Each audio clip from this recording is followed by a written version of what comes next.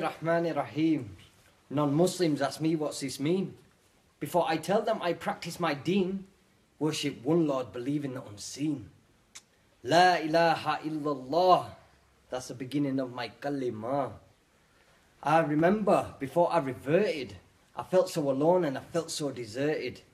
Had a pain in my heart and it kinda hurted, till Allah subhanahu wa ta'ala He inserted my guidance to Islam through the sound of the azan. It was like an alarm, and now I fast in Ramadan.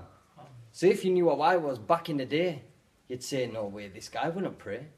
But alhamdulillah, I came a long way, and if it wasn't for Islam, then I would have been astray. Now I get people who laugh and say that I'm daft, but what they don't realise is I'm on the straight path. And they haven't felt the feeling when you're praying on a saf. Plus I don't want to earn the anger of Allah's wrath. To follow the sunnah and the teachings of the Prophet is the only way to heaven, and I haven't forgot it. I try my best for my deen, and inshallah I won't stop it.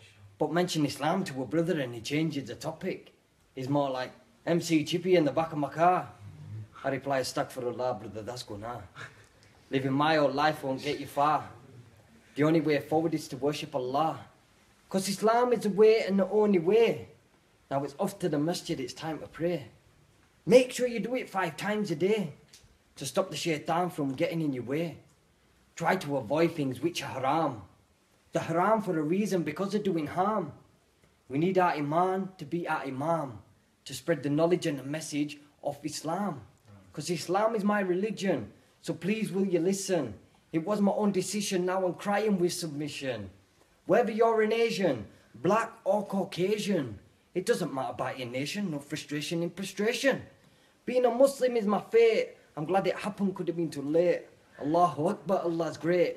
With all His mighty did create. The world we live in today. Our bodies so we can pray. Our mouths so we can say, Allahumma salli alayhi. Because Muhammad sallallahu alayhi wa sallam, at 40 received prophethood. His own neighbours used to disrespect him, throw stones and lumps of mud. He still had a smile on his face, but covered head to toe in blood. He used to give dawah through character, like a true Muslim should. And these sisters walk around like they're doing the right thing, with big scarves on their head looking like something asleep in, wearing tight clothes to make them look thin. But what they don't realise is they're committing sin. They may feel I'm being mean, but this ain't part of deen. But what is part of deen? It's Sirat al-Mustaqim. We've got sisters smoking shisha and brothers smoking the reefer. These same people have stood boycotting McDonald's wanting to bring a Khalifa. So brothers, just appreciate what you have in life and remember Allah. La ilaha illallah Muhammad Rasulullah. Jazakallah khair.